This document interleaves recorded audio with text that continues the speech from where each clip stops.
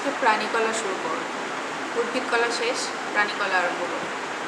প্রথমে আমাদের কি হলো, প্রাণীকলা বলতে গিয়ে প্রথমে বলি প্রাণীদের প্রথমে এককোষী প্রাণীর সৃষ্টি হলো।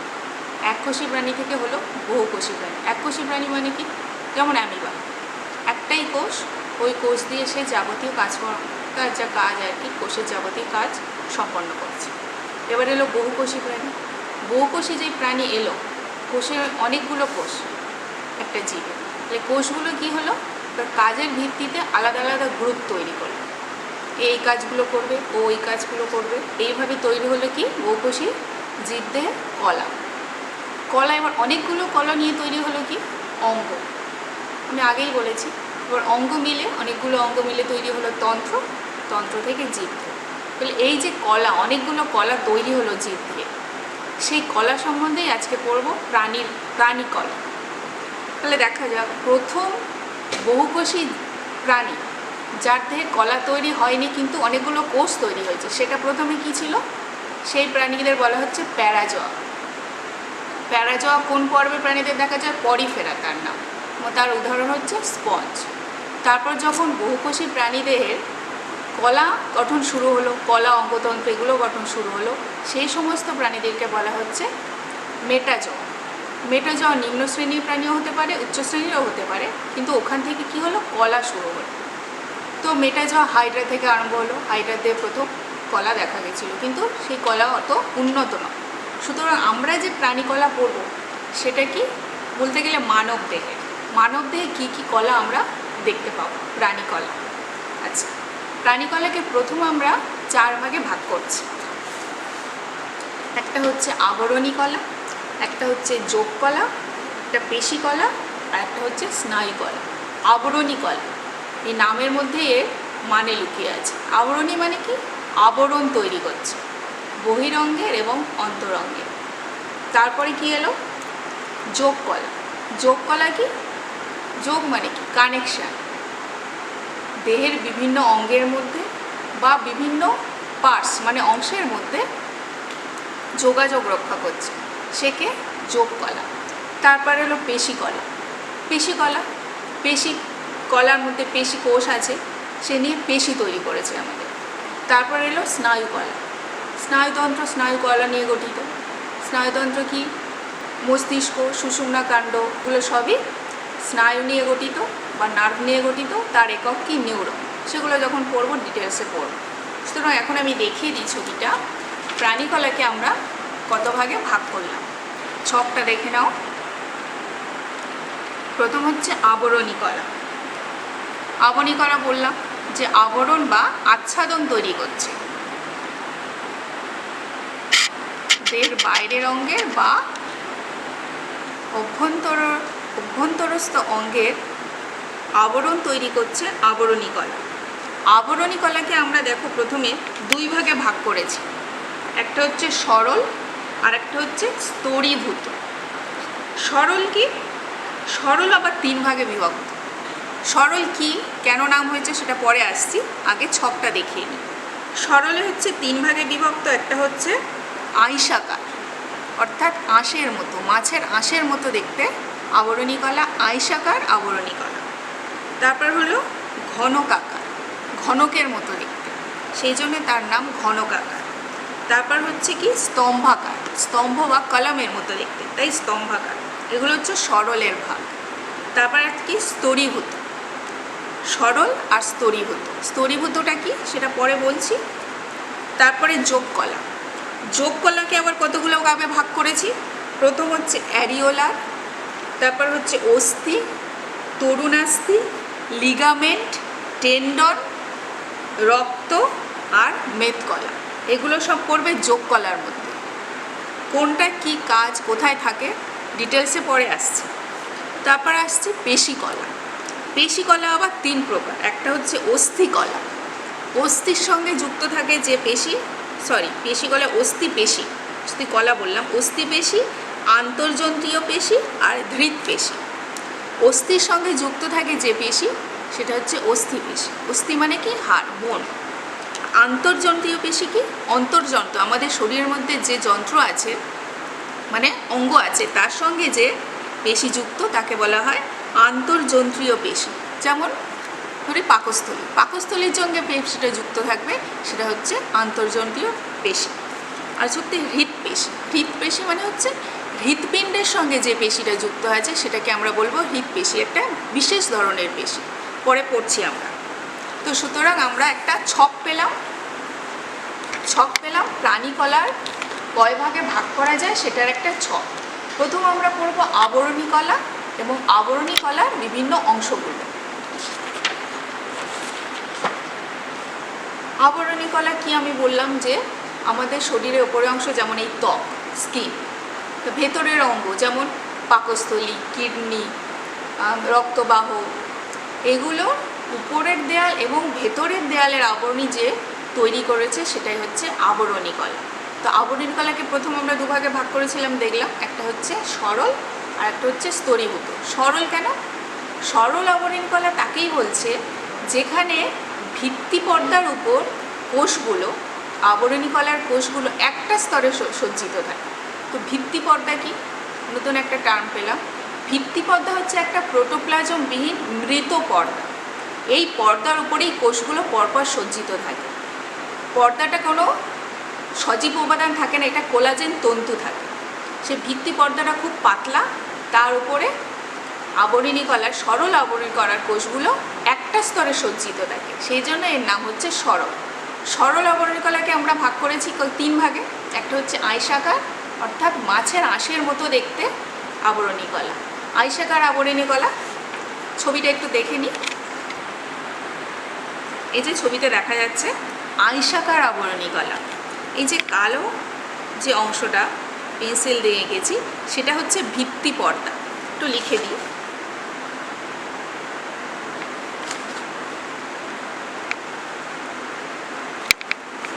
ভিত্তি পর্দা যে আমি উল্লেখ করলাম, ভিত্তি পর্দা কি? প্রোটোপ্লাজমবিহীন মৃত একটা কোলাজেন তন্তু।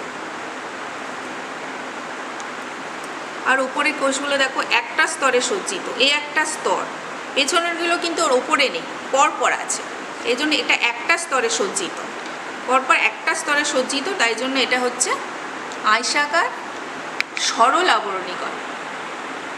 এগুলো কোথায় দেখতে পাবো এই আবরণী কলাটা? ফুসফুসের বায়ুথলি, রক্তবাহ, নেফ্রনের বায়োমান্স ক্যাপসুল, হৃৎপিণ্ডের ভিতরের দেয়ালে এই আয়সাকার আবরণী কলা দেখতে পাবো। বায়োমান্স ক্যাপসুল কি সেটা এখন আমরা পড়ে নিই, নেফ্রন পড়তে গিয়ে পড়ব। তার দেয়ালের মধ্যে আমরা এই আবরণী কলা দেখতে পাবো। এর কাজ কি? আবরণী কলার প্রধান কাজ হলো ভেতরের অঙ্গকে রক্ষা করা, এটা সব আবরণী কলার ক্ষেত্রেই প্রযোজ্য। আর কি কাজ? যে কলার সঙ্গে, যে অঙ্গের সঙ্গে যুক্ত থাকবে সেই অঙ্গের যে কাজ তারও তাই কাজ হবে। যেমন কি অ্যালভিওলাই কাজ অবস্থিত এই কলা কি করে? গ্যাসীয় আদান প্রদানে সাহায্য করে। ফুসফুসের অ্যালভিওলাই এই যে কলাটা আছে সেখানে কাজ কি? অ্যালভিওলাইয়ের কাজ কি? কার্বন ডাইঅক্সাইড ও অক্সিজেনের আদান প্রদানে সাহায্য করা। সুতরাং অ্যালভিওলাই এই কলাটা আছে, ও এসে এই কাজে সাহায্য করবে। আর 3 নম্বর কাজটা কি? নেফ্রনে যে এই কলাটা আছে সে কি করবে? পরিস্রাবনে সাহায্য করবে। বায়োমান্স ক্যাপসুলে দূষিত পদার্থ সহ জলীয় অংশ যখন গ্লোমিউলাস থেকে বায়োমান্স ক্যাপসুলে পড়বে তখন বায়োমান্স ক্যাপসুলে এই কলাটা রয়েছে, সুতরাং ও পরিস্রবণে সাহায্য করবে। তাহলে আমরা এটা পড়লাম আয়সাকার আবরণী কলা, তার গঠন, তার অবস্থান, তার কাজ এবং তার চিত্রটি হলো। এবার আমরা পড়ব কি? ঘনকাকার।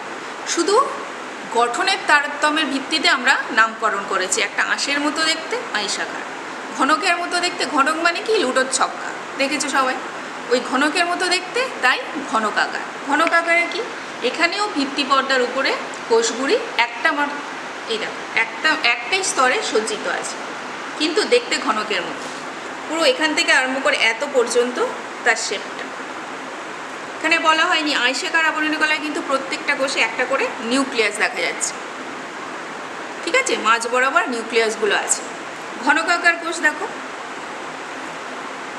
ঘনকাকার আবরণী কলার কোষগুলো দেখতে ঘনকের মতো। এও এই যে কালো লাইন টানছি এটা হচ্ছে ভিত্তি পর্দা, পাতলা ভিত্তি পর্দার উপর ঘনকাকার কোষগুলি একটা স্তরে সজ্জিত আছে, প্রত্যেকটা যে দেখা যাচ্ছে একটা একটা স্তরে, ভেতরেরগুলো কিন্তু ওর ওপরে নেই, পর পর আছে, সেটা উপর থেকে দেখা যাচ্ছে, এর উপরে কিন্তু এটা নেই, পাশাপাশি। সুতরাং এটার অবস্থান কোথায়? এই ঘনকাকার আবরণী কলা কোথায় থাকবে? নেফ্রনের নিকটবর্তী সংবর্ত নালিকা, লালা গ্রন্থি, অন্তঃক্ষরা গ্রন্থি, ঘর্মগ্রন্থিতে এই আবরণী কলা দেখা যাবে। তো বারবার নেফ্রন কথাটা আসছে, নেফ্রনটা একটু দেখিয়ে দিই। এই যে নেফ্রন, নেফ্রন এটি অন্তর্মুখী এবং এটি বহির্মুখী ধমনিকা। এর মধ্যে যেটা একটু সূক্ষ্ম চালাকাকার অংশ করেছি, এটা হচ্ছে গ্লোমিউলারাস, এটা হচ্ছে বাউম্যানস ক্যাপসুল। সুতরাং তখন যে পড়লাম আমরা যে আয়সাকার আবরণী কলা কী করেছে, নেফ্রনের বাউম্যানস ক্যাপসুলের কলার এই কলা পরিস্রাবণে সাহায্য করেছে। সুতরাং এইখানটায় যে দূষিত পদার্থগুলো বাউম্যানস ক্যাপসুলে ঢুকবে গ্লোমেরুলাস থেকে, সেইটা পরিস্রাবণে এই যে দেখো এঁকেছি আয়সাকার আবরণী কলা সাহায্য করছে।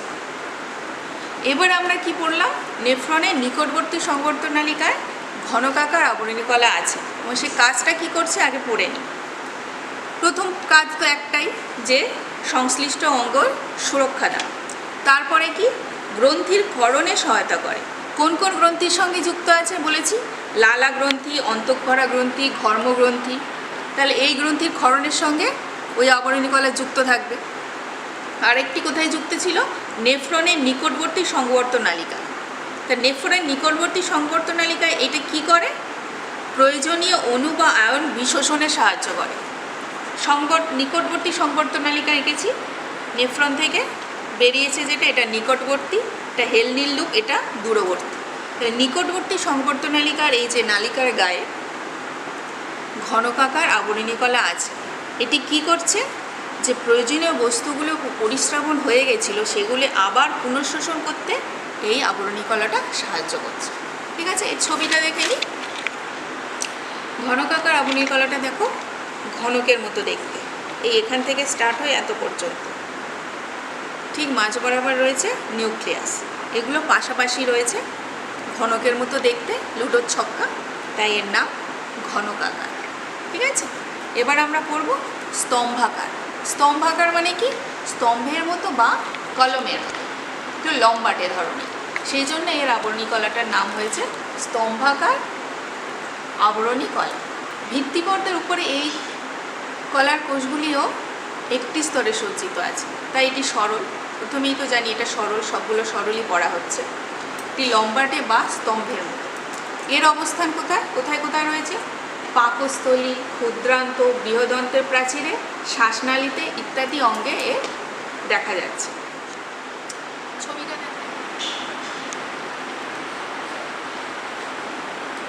স্তম্ভের মতো, অনেকটা লম্বাটে, এখান থেকে স্টার্ট হয় এত পর্যন্ত, স্তম্ভাকার, এবং এর নিউক্লিয়াসটা অনেক নিচের দিকে, তলার দিকে থাকে।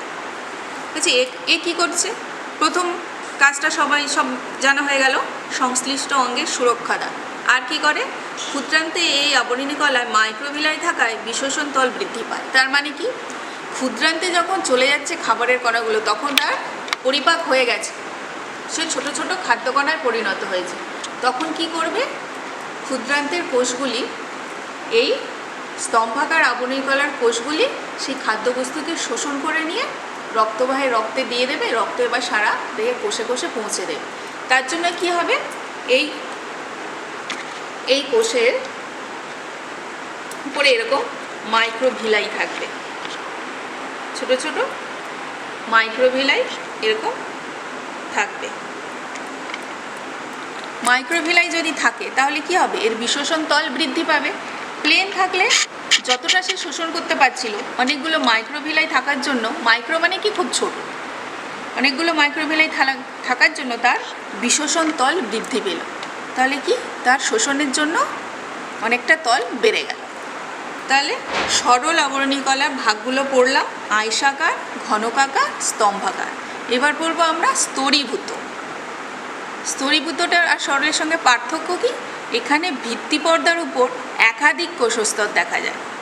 ছবিটা দেখলে বুঝতে পারবো। এই ভিত্তি পর্দা, তারপর এই যে কোষগুলো রয়েছে একাধিক স্তর, এই একটা স্তর নিউক্লিয়াস দিয়ে আঁকা রয়েছে কোষগুলো, আবার আর একটা স্তর, আবার আর একটা স্তর, আবার আর একটা স্তর, আবার এই একটা স্তর, মানে একের অধিক স্তর রয়েছে ভিত্তি পর্দার উপরে, তাই এর নাম স্তরীভূত।